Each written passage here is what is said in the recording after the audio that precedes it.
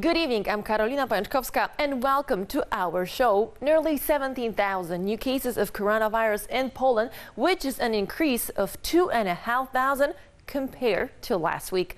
The Ministry of Health appeals to spend this Easter only with the immediate family. And this is what we start our flash news with. Silesia. Here the epidemic situation is more difficult today. There has not been such a sharp increase in emergency medical team trips in history. The field hospital in Pyrzowice is ready to admit patients. It is the second such facility in Silesia. The dynamics of the increases that have been progressing from the last weeks shows that today we are basically in front of a critical phase. If there are not enough places in hospitals, patients will be transported to neighboring provinces.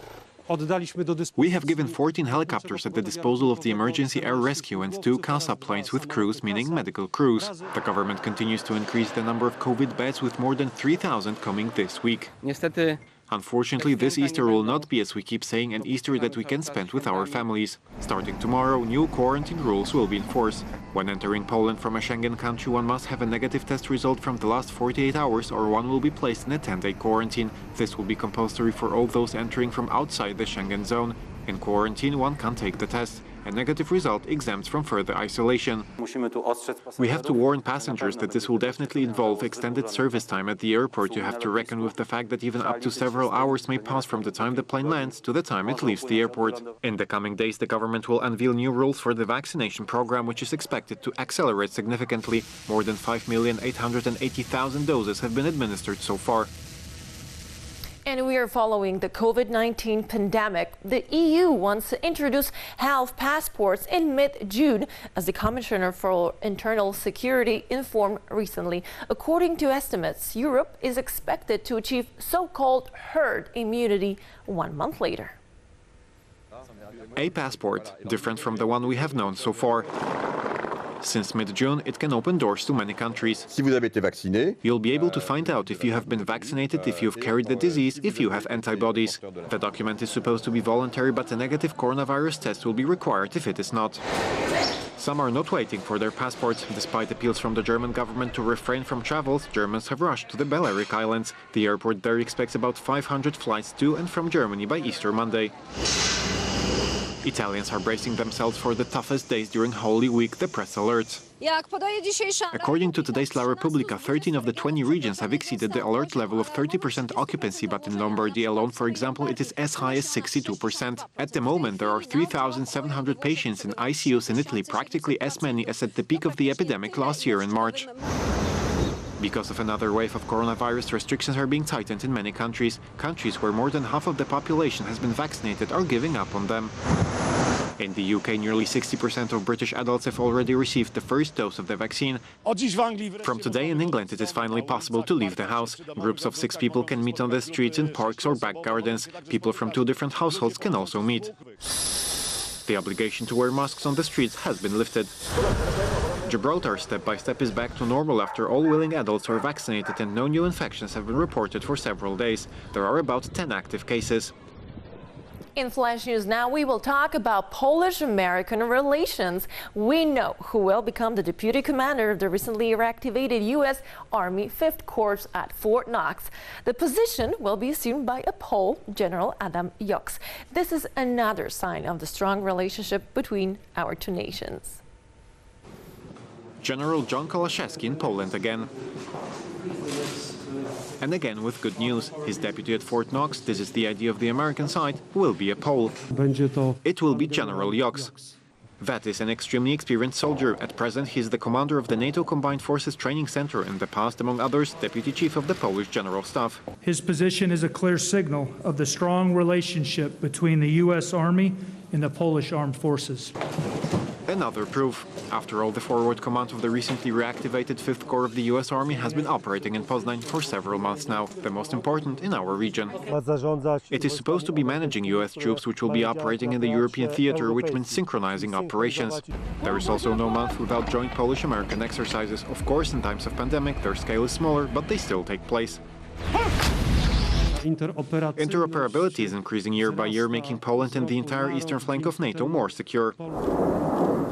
Recently, a historical event, an American bomber B-1B Lancer landed here. In Powys, for the first time in Europe, the so-called hot refueling was carried out. In this variant, the crew does not leave the deck of the machine and its engines remain switched on. That way, the army doesn't rust. It's not a painted army, it's an army that builds its additional capabilities even in peacetime. During today's meeting, the process of implementing the Polish-American agreement of August 15, 2020 was also discussed. One of its provisions is the one on increasing to almost 6,000 the American contingent in Poland. And now we look on east and follow up the situation of Poles in Belarus. Without an interrogation, without formal charges being filed, this means that the president and members of the board of the European Union of Poles in Belarus remain in custody without a legal basis. Their detention is heavily discussed in Europe and in Polish community circles. Poland reacts strongly. Waladarka, Minsk Detention Center. This is where Angelika Borys and other 3 detained activists of the Union of Poles in Belarus are being held. Their hearings were supposed to begin today. However, the investigators do not inform when they will take place or how long will they last. Interrogations can take place at night, and such practices have taken place in Belarus. Polish diplomats try to help those detained. The arrested Poles and their families are under the care of our embassy in Minsk and our consulates in Brest and Grodno. The Polish authorities also brought the issue of persecution of Poles in Belarus to the international arena, including the European Union and the UN Security Council. We should not expect that letters alone, no matter by whom they are written, will have an immediate effect. Instead, they are an element of pressure. The Polish community overseas is also helping. In the United States, money is collected for legal support for detainees. Lukashenko is once again making an enemy out of Poland, and this is not the first, not the second, and not the third time the Polish minority has been repressed for 16 years at least. Because whenever internal troubles arise, Lukashenko looks for the enemy outside. And talking about oppositionists, we need to mention the situation of Alexei Navalny in Russia. He's being held in a penal colony, and he received already 6 reprehensions in just 2 weeks. Information about this appeared on social media of the oppositionists. 2 reprehensions are threatened with the punishment cell. You get 2 reprehensions and you can go to the punishment cell, and this is an unpleasant thing. There the conditions resemble torture, we read in a comment published on behalf of Navalny. The oppositionist said that the disciplinary committee is still considering 20 reports filed against him. The reasons for the reprehensions may be, for example, that he got up 10 minutes before the wake-up call, and at the meeting with lawyers he was wearing a short-sleeved shirt. Earlier, a group of Russian doctors alerted about the threat to the politician's life and appealed for medical help. Navalny has paralysis of legs. In addition, prison guards abuse him, including by waking him up every hour. Indonesian police found explosives on the outskirts of Jakarta, officials said, linked to the Palm Sunday attack on a Catholic cathedral on the island of Celebes. Police in Jakarta also confirmed that several arrests had been made in a manhunt for people who may have been involved in organizing the attack, which left 20 people injured. Both suicide bombers died on site. A huge fire broke out at the Balongan oil refinery in West Java province. There are no reports of casualties. The fire department is on the scene, but effective action will only be possible once all the fuel in the fire has burned off. The refinery belongs to the state-owned oil company Pertamina. More than 500 people have been evacuated. The cause of the fire remains unknown. This is Flash News, and there is more to come. The Suez Canal is finally unblocked after almost a week. In the morning, the gigantic container ship Ever Given was pushed off the shoal. Now it's time to start unblocking the heavy traffic jam, which may take up to 4 days. Today, 113 ships are about to cross the channel from both sides. 14 tugboats, excavators and dredgers. It was one of the most complex engineering operations of recent years.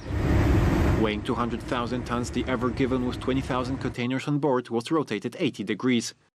We managed to move the stern, which had been driven into the sandy shore, by 102 meters and thus put it on the right course for the middle of the canal. 27,000 tons of sand were removed from under the container ship. Water was also injected under its bottom. The slightest error could have caused the center of gravity of the gigantic load to shift. About 350 container ships and tankers, including those carrying crude oil, spare parts and products, were stuck in the biggest maritime traffic jam, which was formed during 6 days. The delay is long, but the most important thing is that the supply chain will not be interrupted, because if the canal could not be unblocked, the ships would have to sail along the coast of Africa for 2 weeks instead of 15 hours through the canal. The reaction in the markets is euphoric and justified by the situation where the threat of closing the Suez Canal in the long term would cause huge losses to the economy, which amounted to as much as $9.5 billion a day. And speaking of economy, quote, Poland is an example of an economic miracle. This is how the German daily Tagesspiegel writes about our country. The newspaper adds that the trade with Poland stabilizes the German economy in the pandemic crisis, and the whole Visegrad Group is now a more important partner for our Western neighbors than China. Nearly 100 of these new trains manufactured in Bydgoszcz travel on German tracks in the colors of Deutsche Bahn. The vehicles are very much appreciated by passengers and carriers. We have inquiries for more. Well, we will probably supply more cities. Germany has long been Poland's largest trading partner, but in the last year, mutual trade has grown even more. To actually rise the exports to Germany by 1% during the pandemic and to surpass France, a traditionally very strong partner of Germany, this is something to be really proud of. The exceptional dynamic of the Polish economy is highlighted by the German daily Tagesspiegel, which writes about the Polish economic miracle. In recent months, despite the pandemic, exports have broken records, industrial production has been in plus, and the unemployment rate is the lowest in the entire EU. Among the Visegrad countries, Poland clearly stands out, having done better in terms of trade with Germany during the pandemic period than the other three countries. Poland acts as the region's leader, accounting for almost 13% of Germany's foreign trade. By comparison, China accounts for less than 10% of the imports and exports of Europe's largest economy. If you see the whole group of countries, then it is a lot more important for the German economy than China, by far actually. And within that group, Poland is, with a very big distance, the most important partner. Politics, economy, but also beautiful world that we provide you in our show. In urban space, he's able to overcome almost every obstacle. He decided to use his skills for a good cause. Kevin, the Parisian parkour champion, has set himself the goal of educating the resident of the metropolis about ecology, specifically about turning up the lights.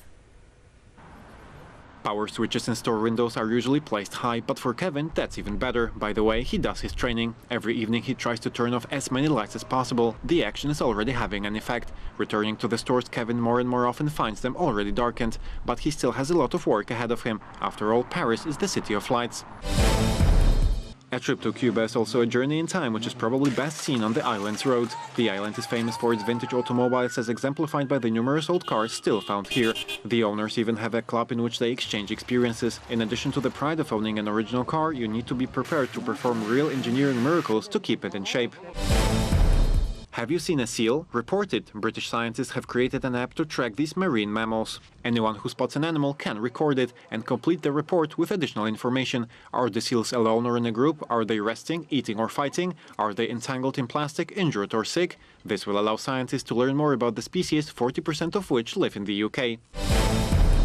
He doesn't know how to act leniently. Even though he's 72 years old, Arok Yasami is in his gym every day. He has been bodybuilding since his youth and he has won numerous medals. In addition to sport, he is involved in many activities. He was, among others, a gardener and a bodyguard. In life, he regrets only one thing. He never got to meet his idol, Arnold Schwarzenegger. Poland defeated Andorra 3-0 in the second qualifying match for next year's World Cup. Unfortunately, during the match, Robert Lewandowski got injured, and this will prevent him from playing in Wednesday's match against England at Wembley. These are not easy games, with almost the entire team defending their penalty area. The fight was hard. Polish striker scored 2 goals. The third goal was added by a rookie, who, by the way, was substituted for Lewandowski. The captain of the Polish team sat on the bench complaining about pain in his knee. He has strained the collateral ligament of his right knee. It's not a serious injury, but it's painful and significant enough that we don't have time to treat it.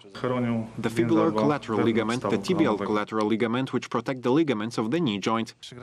The rivals did not spare Levy, they did not spare any of the White Reds. He is the most important figure of our national team. He's the best player in the world, and missing him is a gigantic gap when it comes to the composition of our national team. But in 1973 at Wembley, the star Włodzimierz Lubański also did not play because he was also injured. And Jasiu Domarski came in for him, and by game time the whole world knew him because he scored the goal that got us promoted. Just as the classic states, as long as the ball is in play, everything is possible. And we finish Flash News with 920 pounds of explosive, which was used to demolish the 3 main structures of an old power plant in the German town of Lunen.